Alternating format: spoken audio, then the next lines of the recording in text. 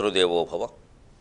విశ్వంబంతయునిండి దోచునెది సాధ్వీనీస్వరూపంబు బుద్ధిశ్వేతాబ్జమురేకు విప్పునెడ జాతిద్వేషముల్ నిల్చునే. విశ్వంబంతయు స్వస్వరూపమున అన్వేషించు శ్రీయోగికే శశ్వచ్ఛాంతి లభించు మాతృకరుణా సాకల్యధీకుల్యమై. మాతృకరుణా సాకల్యధీకుల్యమై శశ్వచ్ఛాంతి లభించు. ఆరాధన కంటే ఆచరణ ముఖ్యమని మనకు అవగాహన కావిస్తూ ఉన్న మహాభారత కథాశ్రవణం కోసం ఎదురు చూస్తూ ఉన్న భక్తి టీవీ ప్రేక్షక మహాశయులందరికీ కవి బ్రహ్మ ఉభయ కవి మిత్రుడు తిక్కెన సోమయాజ రచించిన ఆంధ్ర మహాభారతం అశ్వమేధ పర్వానికి సాగుతున్న సామాజిక వ్యాఖ్యలో 1748వ భాగానికి స్వాగతం పలుకుతున్నాం. తనయంద తన్నులెస్సగ కనుటన్ గడచిన సుఖంబులే లోకంబునలేదెందును. తనయంద తన్నులెస్సగ కనుటన్ గడచిన సుఖంబు కలుగదు లోకంబుననెందు. దాననయ్యడు దానికయ్యడు వినుతానుష్ఠానమునకు విసువమివలయున్. ఇది చాలా ఉపయోగపడే మాట కాబట్టి మళ్ళీ కిందటి భాగంలో చెప్పిన దాన్ని ఇప్పుడు మళ్ళీ చెబుతున్నాను నేను. విసువమి వలయున్ చాలా ముఖ్యమైన మాట. ఏదో రామి అంటే రాకపోవుట, పోమి అంటే పోకపోవుట, కలుగమి అంటే కలుగకపోవుట, అలాగే విసువమి అంటే విసుక్కోకుండా ఉండడం. ఆధ్యాత్మిక సాధనల విషయంలో విసుగు పనికిరాదు. కొంతకాలం చేసి అదేదో అవ్వకపోయేసరికి మార్చేయడం అసలే పనికిరాదు. అసలు భగవంతుణ్ణి చేరుకోవడానికి అనువైన మార్గం అంటారు. అనువు కాని మార్గం అనేది లేదండి. అసలు విషయాల్లో గడితే అనువైన మార్గం ఏదంటారు. అనువు కాని మార్గం ఏం లేదు. అసలు ఏ మార్గమైనా పనికొస్తుంది. ఎందుకంటే అన్ని దారులు అక్కడికే వెళతాయి. అన్ని దారులు అక్కడికే వెళతాయి. కాకపోతే ఆ మార్గానైనా స్థిరంగా పట్టుకోవాలి. మూఢంగా పట్టుకున్నా పర్వాలి. అందుకే కాళహస్తి కథలో ఏనుగు ఏ మార్గం పట్టుకుంది, పాము ఏ మార్గం పట్టుకుంది, కన్నప్ప ఏ మార్గం పట్టుకున్నాడు, ఎందుకు దొరికింది వాళ్ళకి ముక్తి? ఏ వేదంబు పఠించే లూత భుజగంబే శాస్త్రముల్ సూచే తానే విద్యాభ్యసనంబొనర్చె కరి చెంచే మంత్రమోహించే బోధావిర్భావ నిదానముల్ చదువులయ్యా కావు. నీ పాద సంసేవాసక్తియ కాక జంతుతతికిన్ శ్రీకాళహస్తీశ్వర. భగవంతుని యందు నిశ్చలమైన భక్తిభావం మనస్సు ఉండడమే ప్రధానం, కానీ మార్గం ఏదనేది ప్రధానం కాదు. అసలు ఆ మార్గంలో నడుస్తూ ఉంటే అందులో ఉండే ముళ్ళు ఎలా ఏరుకోవాలో, దారి ఎలా శుభ్రం చేసుకోవాలో మనకే తెలుస్తుంది. ఎక్కువ మంది ఏం చేస్తూ ఉంటారంటే పొరపాటు, ఎక్కువ మంది అనుసరించేది గొప్ప మార్గం, ఎక్కువ మంది ఎవరి దగ్గర ఉంటున్నారో వారు గొప్ప గురువు. ఇవి ఉండడం వల్ల లోకంలో ప్రచారాలు, రకరకాల ధనకనక వస్తు వాహనాలు పెరుగుతాయి. అక్కడ వారు చెడిపోతారు. మనం బాగుపడకపోగా, గురువుల వల్ల మనం బాగుపడకపోగా మన వల్ల గురువులు చెడిపోతున్నారు. ఎందుకంటే జనం పెరిగిపోయేసరికి. మంచిది మార్గం ఏదనే సమస్య కాదు, మనం దాన్ని ఎలా పట్టుకున్నాం అనేది సమస్య. అందుకని ఎవరి దారిలో వారు అంతర్ముఖులు కావచ్చు అంటున్నాడు కృష్ణుడు. ఇక్కడ మీరు చూసుకోండి తిక్కన గారి భారతం. ఎవరికి నచ్చిన పద్ధతిలో వారు అంతర్ముఖులు కావచ్చు, దీనికి విధానం లేదన్నాడు. నీకు అది నచ్చింది అలాగే, కానీ ఏం పర్వాలేదు. ఎందుకంటే సృష్టి అంతా భగవత్ స్వరూపమైనప్పుడు వైకుంఠాన్ని పట్టుకుంటే ఒక ప్రయోజనమును, వంకాయని పట్టుకుంటే ఒక ప్రయోజనం ఉండదని నన్ను మన్నించండి, అర్థం చేసుకోండి దయచేసి. వైకుంఠాన్ని వంకాయతో పోలుస్తారా అనద్దు. వంకాయ కూడా విష్ణు స్వరూపమే. సరిగ్గా వంకాయను కోసి గింజలు వ్యుత్పత్తి దాని పద్ధతి అర్థం చేసుకుంటే వైకుంఠం అర్థమవుతుంది. ఉదాహరణలన్నీ ఉన్నాయి. బీజస్యంతరివాంకురో జగదిదం ప్రాంగ్ నిర్వికల్పం. వంకాయ నుంచి వైకుంఠం అండి, దక్షిణామూర్తి స్తోత్రం.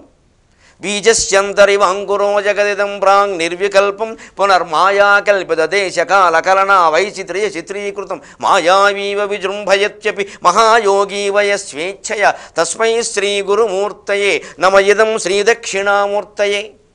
ఇంత గింజ అది భూమిలో నాటామా లేదా అదే పడిందా ఊరికే చేతులోంచి? దానికి ఎవరు ఏం నీళ్లు పోయలేదా? పోని పోశారు అనుకుందాం. ఏదో ఇద్దడు ఏం పోస్తారండి?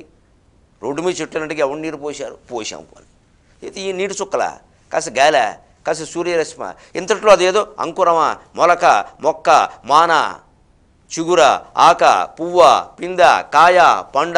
ఏం ఆశ్చర్యం అండి ఇది! ఇది కదండి దక్షిణామూర్తి స్తోత్రంలో చెప్పింది. ఇవన్నీ విత్తనంలో ఉన్నాయా లేదా?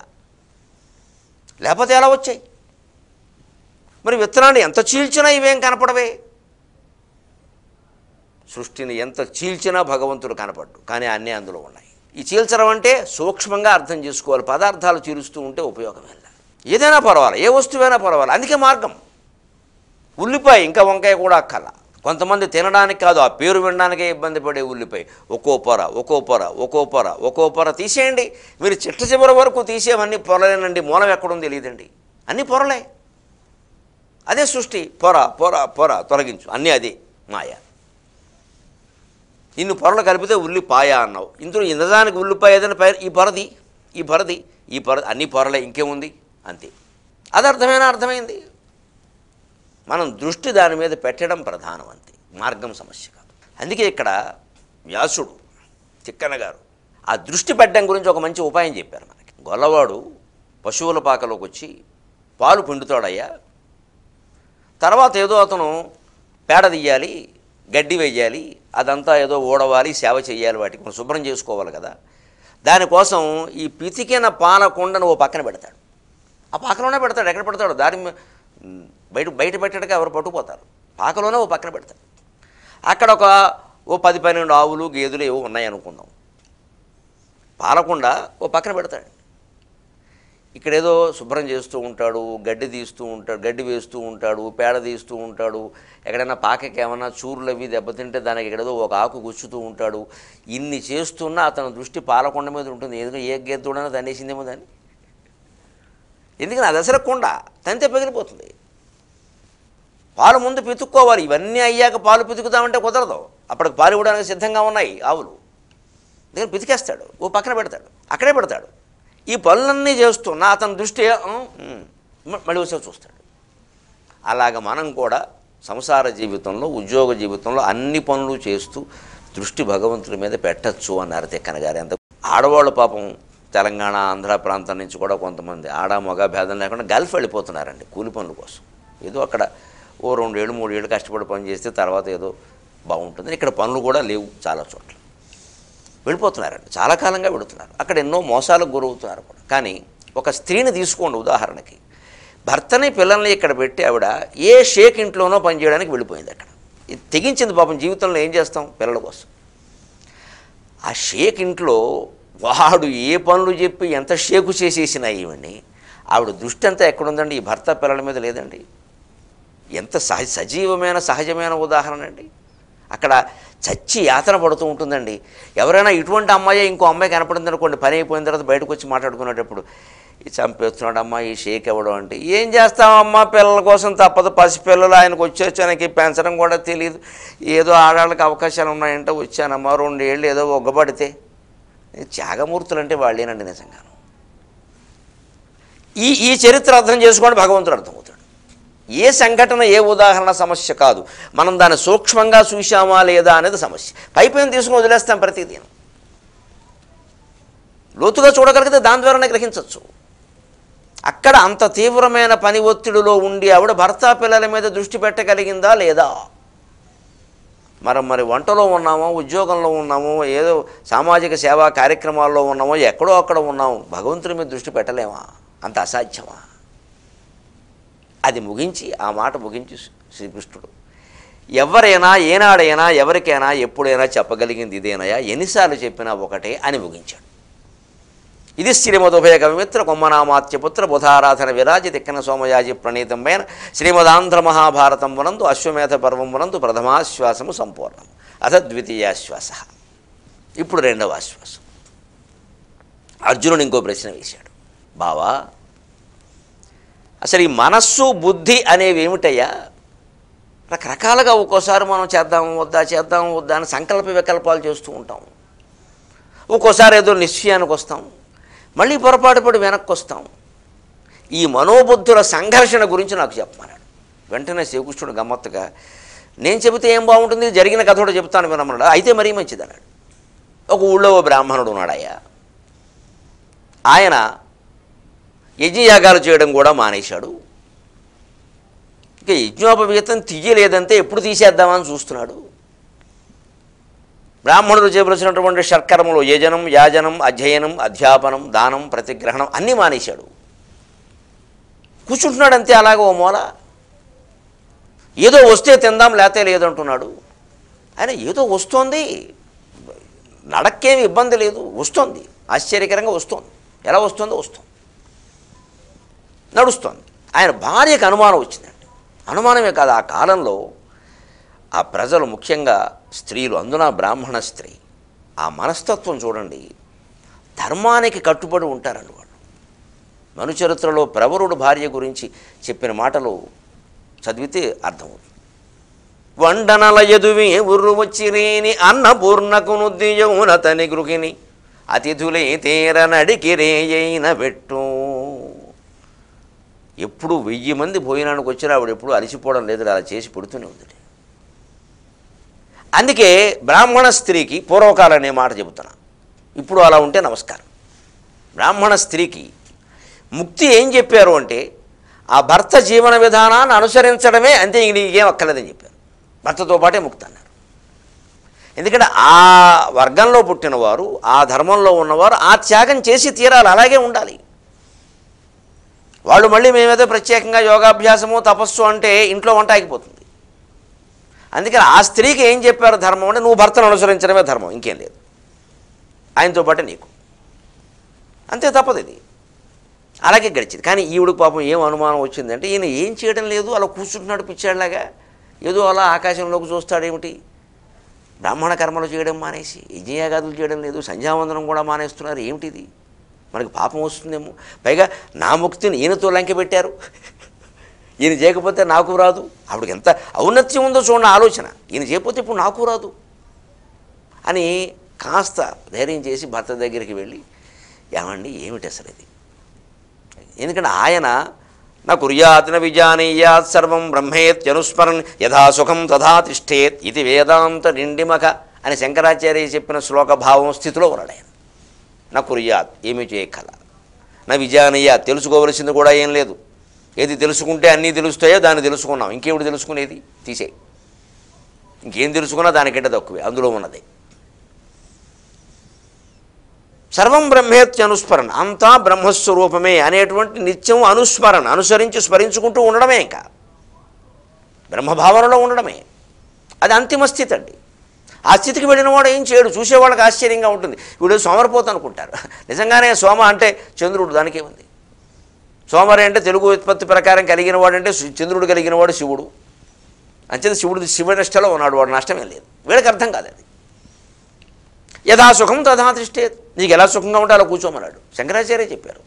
అందరికీ వర్తించదు ఇది, కంగారు పడకండి, కూర్చుందామని, ఆయనకి వర్తిస్తుంది. ఆయన అలాగే ఉన్నాడు. ఆవిడకి తెలియదు ఆ విషయం, లోకంలో కూడా చాలామందికి తెలియకపోవచ్చు, భార్యకే అర్థం కావట్లేదు. నా కుర్యాత్ స్థితి అంటారు దీన్ని, అందులో ఉన్నాడు. అప్పుడు ఈవిడ అడిగింది, వాళ్ళిద్దరికీ ఓ సంవాదం జరిగింది. ఈ సంవాదానికి మొత్తం వ్యాసుడు అభయం అనే శీర్షిక పెట్టాడు. ఒక శీర్షిక అభయం అంటే మనుషులు అభయస్థితిలోకి వెళ్ళాలి, నిర్భయంగా ఉండాలంటే ఈ సంవాదం విని మీరు తెలుసుకోండి అని. ఏమండి మీరు అన్నీ మానేశారు, ఇదేమిటిది, నా ముక్తి కూడా మీతోటి అనుబంధమై ఉంది, అనుబంధితమై ఉంది, లంకెబడి ఉంది, మీరు మానేస్తే నాకెలాగా, ఎలాగిది అంటే ముందు అసలు సోమిదమ్మ, ఆవిడ పేరు ఏమిటో నాకు తెలియదు కానీ సాధారణంగా ఆ కాలంలో బ్రాహ్మణ స్త్రీల పేర్లు అలా ఉండేవి. సోమిదమ్మ అయితే అయింది కానీ నువ్వు ఈ మాట అడిగావు, నాకు ఆనందంగా ఉంది అన్నాడు. నాకు ఆనందంగా ఉంది, నాతికి నిధి మేళ అను త్రోపేమి జులేదు అన్నాడమ్మా. తిక్కన గారి పద్యంలో ఉంది, వ్యాసభారతంలో ఉంది. స్త్రీలు సంతోషించి అన్ని రకాల బ్రహ్మజ్ఞానం పొందడం కోసం నేను చెబుతున్నాను ఈ మాట. కొంతమంది ఇప్పటికీ పురుషులకి ఉండేటువంటి అభిప్రాయం ఏమిటి అంటే స్త్రీలకు అసలు వేదాంతాలు, బ్రహ్మజ్ఞానాలు, వేదములు ఈ గొడవ ఏమీ వద్దు, అసలు దానికి వాళ్ళు అర్హులు కారు. పూర్వకాలంలో వేద పండితుల ఇళ్లలో ఉండే పరిస్థితిని బట్టి వీడు వంట వార్పు అతిథి సేవలో ఉండకుండా వారితో పాటు వీరు పన్నాలు అప్పగిస్తూ కూర్చుంటే మరి ఈ పన్నాలు ఏమవుతాయి, ఇంటికి ఎవడో కన్నాలు వేస్తాడు. అందుకని వారికి ఒక బాధ్యత అప్పగించారు తప్ప వారు అర్హులు కాదండి అది. అక్కడ దానికి అవమానించాల్సిన అవసరం లేదు. ఇక్కడ స్పష్టంగా శ్రీకృష్ణుడు చెబుతున్నాడు, వ్యాసుడు చెబుతున్నాడు, ఆ మాటనే తిక్కన గారు చెప్పారు పద్యంలో. నాతులకిది మేలా అనేది త్రోపేమీయు లేదు. ఎవరైనా పొందొచ్చు బ్రహ్మజ్ఞానం, ఎవరైనా వేదాంత శాస్త్ర గ్రంథాలు చదవచ్చు, ఎవరైనా వేదార్థాన్ని తెలుసుకోవచ్చు. స్త్రీలకు కాదు, ఎవరికీ ఇది నిషేధం కాదు అని స్పష్టంగా చెప్పాడు. నువ్వు అడగడం నాకు చాలా ఆనందంగా ఉంది అని చెప్పి, అసలు నేనేదో యజ్ఞాలు చేయట్లేదని అది ఇది అంటున్నావు కదా, అసలు యజ్ఞము అగ్నిహోత్రం గురించి ఏమిటో ఉన్న విషయం తెలుసా? ఏమిటో ఉన్న విషయం అంటే సప్త జిహ్వలు అంటారు సోమిదమ్మ. ఏమిటా సప్త జిహ్వలు? పంచవాయువులు ప్లస్ మనస్సు, బుద్ధి, ఇవే అగ్నిదేవుని యొక్క 7 నాలుకలు అన్నారు. భౌతికంగా మనకి అగ్నిలో 7 నాలుకలు కనపడుతున్నా వాటికి తాత్వికమైన అర్థం ఏమిటంటే మన శరీరంలో ఉండే పంచవాయువులు ప్రాణ, అపాన, వ్యాన, ఉదాన, సమానం. ప్రాణవాయువు సరే తెలుసు, అపానవాయువు అంతకంటే ముందే తెలుసు. ఉదానవాయువు ఉదాన కంఠదేశంతో వాంతికి బయటికి మాట రావడానికి కూడా కారణమవుతుంది, అది ఉదానగా. వ్యాన సర్వశరీరగా, శరీరం అంతా నిండి రక్తాన్ని ప్రవహింపజేస్తున్నది వ్యానవాయువు. జఠరాగ్నిలో ఉండి అన్నాన్ని జీర్ణం చేస్తున్నది సమానవాయువు, అందరికీ తెలుసు. ఇవి ప్లస్ మనస్సు, అది విచారణ చేసేది. బుద్ధి అవగాహన చేసుకునేది, తెలుసుకోదగింది. మనస్సు ఆలోచిస్తుంది, బుద్ధి విషయాన్ని గ్రహించి తెలుసుకుంటుంది, అవగాహన చేసుకుంటుంది. అందుకే బుద్ధి అనే ధాతువుకి సంస్కృతంలో అవగాహన అని అర్థం. బోధన అంటే అవగాహన చేయించడం. అందుకని ఈ 7ంటినే అగ్ని జిహ్వలుగా చెబుతారు. అపానే జుహ్వతి ప్రాణం ప్రాణే అపానే అని అంటారు. కాబట్టి ఈ పంచవాయువులను, ఈ మనోబుద్ధులను సంయమనం చేసుకోగలిగితే వాటన్నిటినీ ఆత్మతత్వ విచారం కోసమే ఉపయోగించినట్టయితే వేరే యజ్ఞాలు చేయవలసిన అవసరం లేదు. కేవలం భౌతిక ప్రయోజనమే యజ్ఞానికి ఉండేది. ఈ లోపల యజ్ఞమే సరైంది. అందుకే యజ్ఞాంతకృత్ యజ్ఞగుహ్యం అన్నమన్నాదయేవచ అన్నారు విష్ణు సహస్రంలో. యజ్ఞగుహ్యం, ఆ గుహ్య యజ్ఞం అంటే ఇదే, రహస్యంగా చేసే యజ్ఞం. రఘోయాగక్రమారాధ్య రహస్తర్పణ తర్పిత అంటారు లలితా సహస్రంలో. రఘోయాగక్రమారాధ్య రహస్తర్పణ తర్పిత. రఘోయాగం అంటే రహస్యంగా చీకట్లో ఎవడు కనపడకుండా చేయడం కాదు, మనసులో చేసి యాగం, అంతర్యాగం అంటారు దాన్ని. రఘోయాగక్రమారాధ్య రహస్తర్పణ తర్పిత. ఆ రహస్తర్పణం అంటే అది ఎవరు పోలీసులు చూడకుండా ఏవో తర్పణాలు విడిచిపెట్టడం కాదు. అక్కడ విడిచిపెట్టకూడని పదార్థాలు అన్నీ వెంట్రుకలు, గోళ్ళు తేవడం, పిచ్చి పిచ్చి యాగాలు చేయడం, పిచ్చి పిచ్చి హోమాలు చేయడం కాదండి. రహస్తర్పణ తర్పిత, అంతర్గతంగా లోపలే అంతర్ముఖంగానే అన్ని తర్పణాలు, అన్ని యజ్ఞములు, అన్ని నిర్వహణలు. అంతర్యాగం అంటారు దాన్ని. ఆ యజ్ఞగుహ్యం అన్నారు విష్ణు సహస్రంలో, రఘోయాగం అన్నారు లలితా సహస్రంలో. తెలుసుకుంటే అర్థమవుతుంది. అది నేను చేస్తున్నాను కాబట్టి ఏమీ చేయవలసిన అవసరం లేదు. సప్తహోతృ విధి అంటారు సోమిదమ్మ. ఏమిటనుకుంటున్నావు? ఆ 7 జిహ్వలకి 7 తర్పణాలు ఇవ్వడం, 7 హవిస్సులు ఇవ్వడం అంటారు. ఏమిటి అసలు విషయం? అది దాని విషయం ఏమిటో నాకు తెలుసును, అందుకని నాకు అది అవగతం అయింది. ఇంకా చెయ్యక్కర్లేదు. రైలు ఎక్కుతాం, స్టేషన్ వచ్చాక దిగుతాం కదా, ఎక్కేది ఎందుకుంటే ఆ ప్రాంతానికి వెళ్ళడానికి. హైదరాబాద్ నుంచి విజయవాడ రైలు ఎక్కాం, విజయవాడ వచ్చాక దిగాలి కదా. విజయవాడ వచ్చినా సరే రైలు బాగుంది, నేను రైల్లోనే ఉంటా అంటే మళ్ళీ హైదరాబాద్ వస్తాడు. అంచేది ఈ ఆరాధనలు ఇవన్నీ కూడా లక్ష్యం చేరుకోవడానికి. ఆ చేరుకున్నవాడు వదిలేస్తాడు వాటిని. ఇంకా పట్టుకు వేలాడితే ఎలాగా? వేలాడితే మూర్ఖత్వంలోకి వెళ్ళిపోతాం. ఇక పనే గొప్పదనే నిర్ణయానికి వచ్చేస్తాం. ఇప్పుడు అదే భాగవతం నడుస్తుంది దేశంలో. అసలు అక్కడికి వెళ్ళడమే గొప్ప, ఇది చూడడమే గొప్ప, ఇది వినడమే గొప్ప, ఇక్కడ కూర్చోవడమే గొప్ప. ఇక అంతే, గొప్పే.